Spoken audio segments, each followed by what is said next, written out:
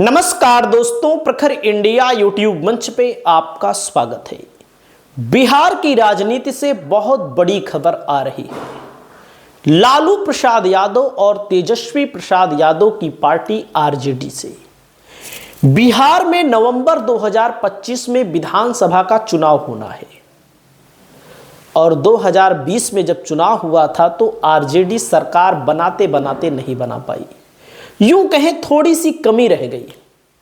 अब उसी कमी को आरजेडी पूरा करने के लिए, लालू प्रसाद यादव की पार्टी पूरा करने के लिए अपने संगठन को मजबूत धार देने जा रही है।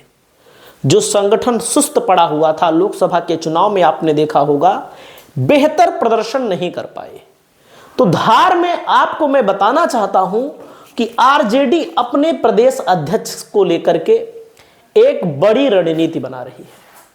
जैसे जगदानंद सिंह है, इन पार्टियों की अपनी एक कमजोरी भी रही है कि 3 साल से ज्यादा किसी को प्रदेश अध्यक्ष नहीं बनाया जाना चाहिए। सच्चाई है, भाजपा का नियम है देखो 3 साल में। अब इनकी उम्र भी हो चुकी है, उम्र का मतलब है बुढ़ापा आ चुका है और लगातार प्रदेश अध्यक्ष बने हुए हैं, जिसको बना दिए हैं वही बना है। तो पार्टी के संगठन में चहलकदमी होनी चाहिए। तो आरजेडी चहलकदमी को ध्यान में रखते हुए जगदानंद सिंह के स्थान पर अपना नया प्रदेश अध्यक्ष घोषित करने जा रही है।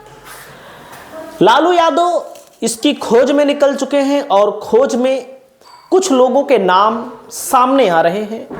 हम आपको इस वीडियो के माध्यम से बताने जा रहे हैं। आपकी जो भी राय हो, आप अपनी राय को जरूर बताइएगा। तो मैं आपसे बताना चाहता हूं, विधानसभा का चुनाव है और आप देखिएगा भैया, बिहार में बीजेपी 74 सीट जीती थी, राजद 75। जो लोग नीतीश नीतीश नीतीश चिल्ला रहे हैं, नीतीश कितना जीते थे? 43। राजद कितना जीती थी? 75। और राजद नीतीश को अपने साथ नहीं लेगी, मेरा आखिरी स्टेटमेंट है। हालांकि वे जो बयान दिए जा रहे हैं लालू प्रसाद यादव की तरफ से या उनके परिवार की तरफ से, और तेजस्वी यादव ने क्लियर कह दिया है, बयान केवल इसलिए दिया जा रहा है कि उनके जो वोटर हैं उनको अपनी तरफ आकर्षित करने के लिए। आकर्षित का मतलब यह है कि नीतीश कुमार के बहुत सारे वोटर ऐसे हैं जो बीजेपी को नहीं पसंद करते, मजबूरी में वोट देते हैं। और नीतीश कुमार बहुत होशियार चीज है। मान लीजिए यहां 43 जीते, यहां आ जाए 80 जीत जाए, तो क्या आरजेडी के विधायक थोड़ी बढ़ जाएंगे उनके आने से? आरजेडी तो अपना जीतेगी जो जीतना होगा। अब की बार ज्यादा सीटों पर लड़ेगी आरजेडी। पिछली बार जो कांग्रेस 70 सीटों पर लड़ी थी, 19 विधायक बना पाई थी, अब की बार कांग्रेस को 70-70 नहीं मिलेगी, 30-40 सीट 50 सीट मिलेगी। 50 नहीं मिलनी चाहिए, 30 सीट 35 सीट मिलनी चाहिए, 40 सीट बस। बल्कि लेफ्ट को ज्यादा सीट दे दी जाए कांग्रेस से छीन करके, तो लेफ्ट अच्छा प्रदर्शन कर जाएगा। तो कांग्रेस की कमजोरी के कारण यहां पर राजद सरकार नहीं बना पाई। आप देख सकते हैं बीआईपी इनके साथ थी, अब आरजेडी के साथ आ गई है। बीआईपी की पार्टी को बीजेपी ने तोड़ लिया, जदयू को बीजेपी ने हाईजैक कर लिया है। सब चीजें आप देख रहे होंगे। तो आरजेडी, अब आप देखिए, जैसे आरजेडी की एक कमी मैंने बताया, बहुत सारे लोग कहेंगे हाँ रे भाई आपको ज्यादा जानकारी है। हमको ज्यादा जानकारी नहीं, 2025 चल रहा है, 2019 से प्रदेश अध्यक्ष बने हैं जगदानंद सिंह। इसके पहले देखिए 2010 से 2019 तक एक कई आदमी को आप प्रदेश अध्यक्ष बना रहे हैं। 2003 से 2010 तक एक कई आदमी को 7-7 साल आप प्रदेश अध्यक्ष बना रहे हैं। तो आप समझिएगा कि बदलाव होना चाहिए। तो आरजेडी अब बदलाव की बयार में आ चुकी है और बदलाव की बयार को लेकर जो बातें चल रही हैं उसमें कई नाम है। पहला नाम आता है इसमें अब्दुल बारी सिद्दीकी के जीवन काल में, जब आरजेडी प्रदेश अध्यक्ष बने थे आरजेडी के 2003 और 2010 में। देख लीजिए, अब्दुल बारी सिद्दीकी बहुत ही मजबूत नेता हैं आरजेडी के, लालू यादव के भरोसेमंद हैं। लेकिन इनके ऊपर एक टैग है, टैग एकदम साफ साफ बात है। उत्तर प्रदेश में सपा, बिहार में आरजेडी।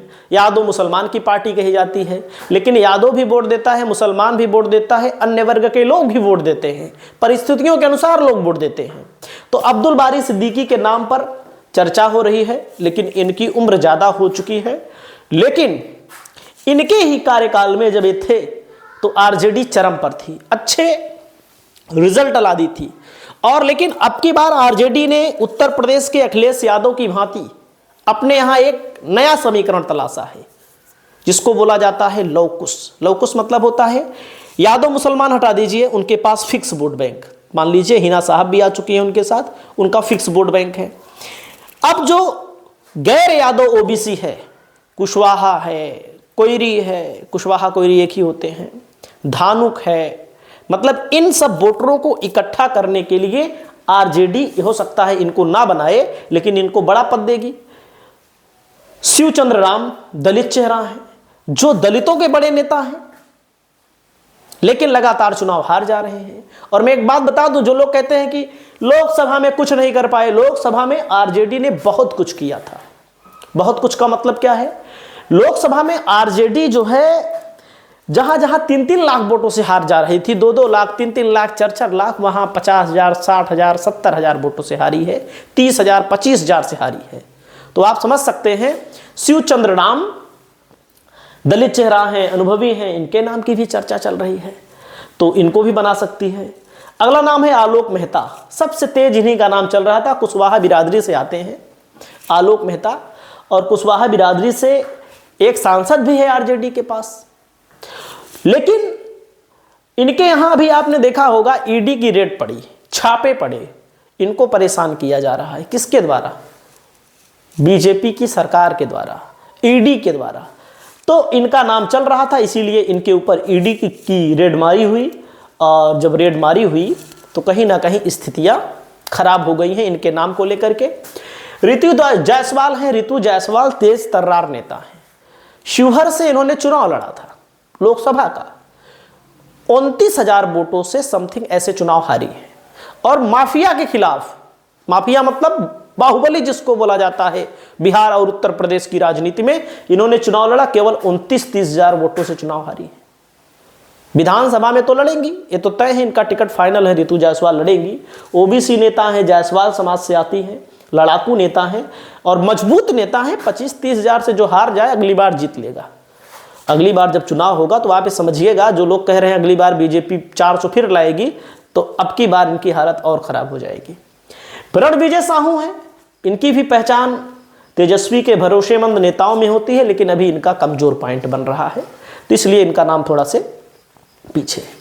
अगला नाम आता है जेडीयू छोड़ आरजेडी में शामिल होंगे मंगनी लाल मंडल। मंगनी लाल मंडल धानुक समाज से आते हैं, जेडीयू के बड़े नेता, पूर्व राज्यसभा सांसद, विधान परिषद के सदस्य और राष्ट्रीय उपाध्यक्ष के पद पर भी जेडीयू की पार्टी में रह चुके हैं। तो आप समझ सकते हैं इनको आरजेडी अपने पास ला रही है, इनका नाम बहुत तेजी के साथ चल रहा है, मतलब हो सकता है इनको बनाया जाए। उसमें से और 3 नाम चल रहे हैं। आरजेडी का अगला प्रदेश अध्यक्ष में आलोक मेहता के यहाँ रेड मारी हुई है, आप समझ सकते हैं इनको परेशान किया जा रहा है, दबाव बनाया जा रहा है, क्योंकि बिहार में कुशवाहा बिरादरी बहुत महत्वपूर्ण है। कुशवाहा बिरादरी हर जगह महत्वपूर्ण है, 4-4, 5-5%, 6-6% वोट जिसका हो वो महत्वपूर्ण है। इन लोगों को टिकट देगी अब की बार ज़्यादा मात्रा में। शिवचंद्र राम और कुमार सर्वजीत, इनका भी नाम चल रहा है, लेकिन इनके पीछे एक कारण है। कुमार सर्वजीत पासवान समाज से आते हैं। समस्या इस बात की हो रही है कि लोग अभी लोकसभा के चुनाव में अपनी ही विधानसभा में कुमार सर्वजीत चुनाव हार गए थे,